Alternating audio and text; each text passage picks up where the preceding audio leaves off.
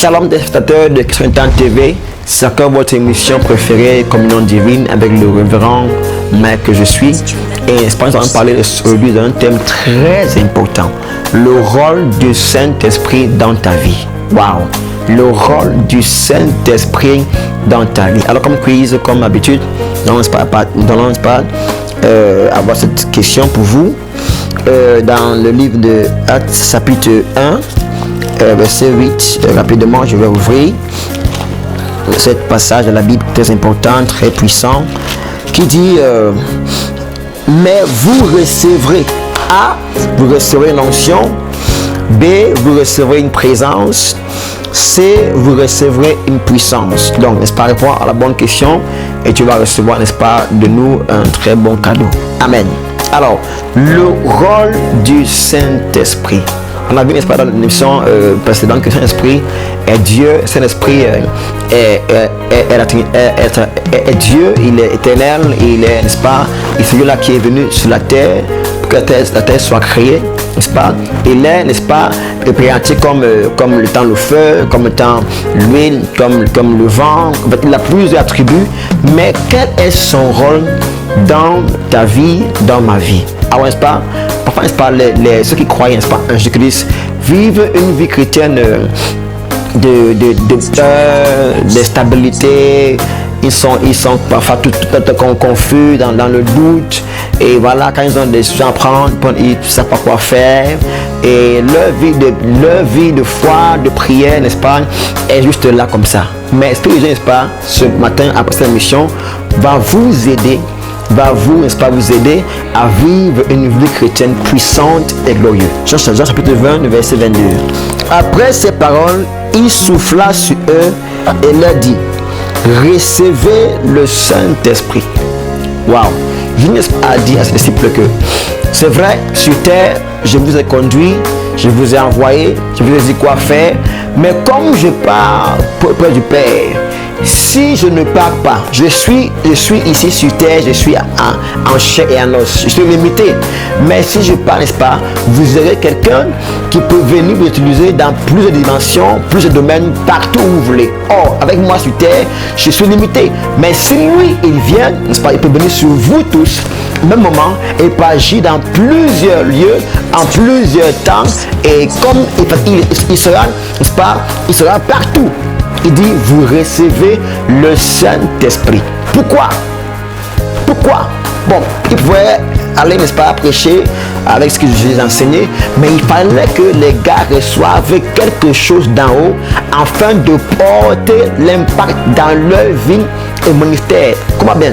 Tu n'as pas besoin de vivre une vie chrétienne de défaite, de peur, de doute, parce qu'il y a quelqu'un qui peut t'aider, n'est-ce pas, à vivre une vie chrétienne de puissant, une vie chrétienne glorieuse, une vie chrétienne pleine de résultats, de témoignages, de grâce. Il s'appelle le Saint-Esprit. Alors, ce rôle, c'est quoi? Il est, n'est-ce pas, pour que nous puissions devenir enfants de Dieu. Jean 1:12, n'est-ce pas, nous allons lire rapidement. Mais à tous ceux qui l'ont reçu, à ceux qui croient en son nom, a donné le pouvoir de devenir enfants de Dieu, lesquels sont nés non du sang, ni la volonté de la chair, ni la volonté de l'homme, mais de Dieu. Donc, son premier rôle est que toi, tu puisses être né de nouveau et porter en toi la sémence de Dieu qui est incorruptible, qui est éternel. Donc son premier rôle, c'est que toi qui me suis, tu deviens enfant de Dieu et tu puisses, n'est-ce pas, manifester la grâce de Dieu dans ta vie. 2. Il est, n'est-ce pas, pour reprendre dans nos cœurs l'amour de Dieu. Romains, n'est-ce pas, 5, verset 5. Or, espérance nous trompe point, parce que l'amour de Dieu est répandu dans nos cœurs par l'Esprit de Dieu qui nous a été donné. On ne peut pas aimer Dieu sans l'Esprit de Dieu. C'est impossible, parce que Dieu, n'est-ce pas, a des principes, il a ses lois, n'est-ce pas, il a sa manière de faire, et si on n'est pas conforme à sa manière de faire, on va vivre une vie contraire à sa volonté. Donc, l'Esprit de Dieu, n'est-ce pas, nous aide à pouvoir aimer Dieu et aimer notre prochain, aimer votre frère, aimer votre soeur, et même le conjoint sans être, n'est-ce pas, infidèle. 3. N'est-ce pas, nous aide à, n'est-ce pas, il nous conduit. Amen. Il nous conduit. Waouh. Il nous conduit dans toutes choses. Pas seulement quand on prie, mais même au travail, à la maison, à l'école, dans tes affaires, il te dit comment faire. Bon, aujourd'hui tu sors, fais telle chose, va ici, va comme ça, va telle prie. Il peut te conduire dans tout ce que tu fais. Mais n'est-ce pas, on est habitué à, n'est-ce pas, être conduit à l'église où on prie, le message, mais il peut te conduire partout où tu es. Mais quand tu es en voiture, n'est-ce pas, quand tu es à la maison du travail, il peut te dire quoi faire. Dans ton cœur, par sa parole, il te parle. Il te dit, fais comme ça, faites pas de décisions. Il peut te conduire. N'est-ce pas, il est là, n'est-ce pas, pour te conduire, n'est-ce pas, à prendre de bonnes décisions. Alors, 4, n'est-ce pas, il est là, n'est-ce pas, pour intercéder pour nous. Amen. Il intercède pour nous. Comment? N'est-ce pas, tu pries, n'est-ce pas, en langue ou en esprit, il est capable, n'est-ce pas, d'intercéder pour toi. Parce que parfois, n'est-ce pas, nous prions à Dieu et nous sommes, n'est-ce pas, dans des questions, Seigneur, que je ne comprends pas ma vie, c'est difficile. Mais quand tu pries à n'est-ce pas, il t'accorde, il prie par toi et il prie exactement ce que Dieu veut faire dans ta vie à l'instant T. Alors, plus souvent, n'est-ce pas, il est, n'est-ce pas, il nous donne les dons de Dieu. Il y a un Corinthiens 12, Romains 12 pour ça. Il nous donne, n'est-ce pas, les dons de Dieu. Parce que nous ne pouvons pas exercer sur terre sans les dons de Dieu. C'est impossible. Il y a des malades à guérir, il y a des gens à prêcher l'évangile. Il faut que, n'est-ce pas, tu aies les dons. Il y a, n'est-ce pas, pour les dons de l'esprit pour pouvoir guérir les malades, prêcher l'évangile, n'est-ce pas, par les signes et des prodiges, n'est-ce pas, et au don des diverses dons. Des dons de connaissances, des dons de prophétie, pour que les chrétiens soient efficaces dans leur ministère, dans leur vie, dans leur foi. Alors, 6, n'est-ce pas, il nous remplit de la présence de Dieu. Waouh! Il dit dans Ephésiens 5 que je ne savais pas enivrer du vin, mais soyez remplis du Saint-Esprit. Donc, il nous remplit, enfin, n'est-ce pas, n'est-ce pas, être toujours capable en tout lieu, en tout temps, de prier, d'intercéder, n'est-ce pas, de surmonter nos obstacles. Donc, il nous remplit. Il nous remplit. Je prie que ce matin, il te remplit de son esprit, de sa puissance, au nom puissant de Jésus-Christ. Et enfin, n'est-ce pas, il donne la puissance. Acte 1, verset 8, comme on l'a lu tout à l'heure.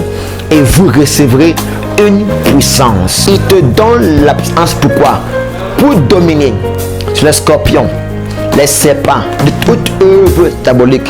Et n'est-ce pas, quand tu n'es pas puissant, bien-aimé, tu seras tout le temps attaqué dans tes rêves, n'est-ce pas, même physiquement, tu es attaqué. Mais quand tu es puissant, tu es capable de surmonter les montagnes, les obstacles dans ta vie. Alors, cet esprit, n'est-ce pas, t'aide à avoir la puissance de Dieu, capable de surmonter toute difficulté. Alors, n'est-ce pas, il est présent. Il est là. Et n'est-ce pas, il peut, n'est-ce pas, faire toutes ces choses dans ta vie, t'amener à aimer le Seigneur, intercéder pour toi, te donne le don, te rend puissant, n'est-ce pas? Il peut te conduire dans ta vie. Donc, n'ayez pas une vie chrétienne de plus grande doctrine, tu es une chrétienne de peur. Donc, cet esprit est là. Il peut t'aider, te conduire, mais il faut que tu sois, n'est-ce pas, ouvert à lui. Laisse-le, n'est-ce pas, te conduire. Laisse, n'est-ce pas, qu'il puisse t'amener à ses profondeurs. Et tu seras, n'est-ce pas, tellement béni. Alors, son rôle est important parce que sur terre, on ne peut pas vivre une vie chrétienne sans le Saint-Esprit. C'est lui qui est là pour nous conduire, nous aider à, n'est-ce pas, avoir une vie chrétienne sur terre de succès, de gloire et de paix. Dans vos moments de prière, n'ignorez pas sa présence. Il faut toujours, n'est-ce pas, le connaître quand tu pries.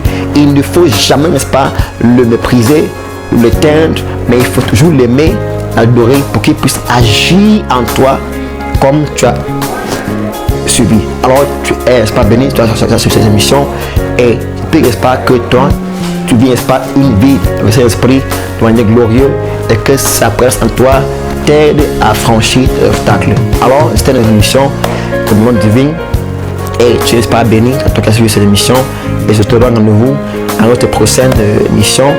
Que Dieu te bénisse.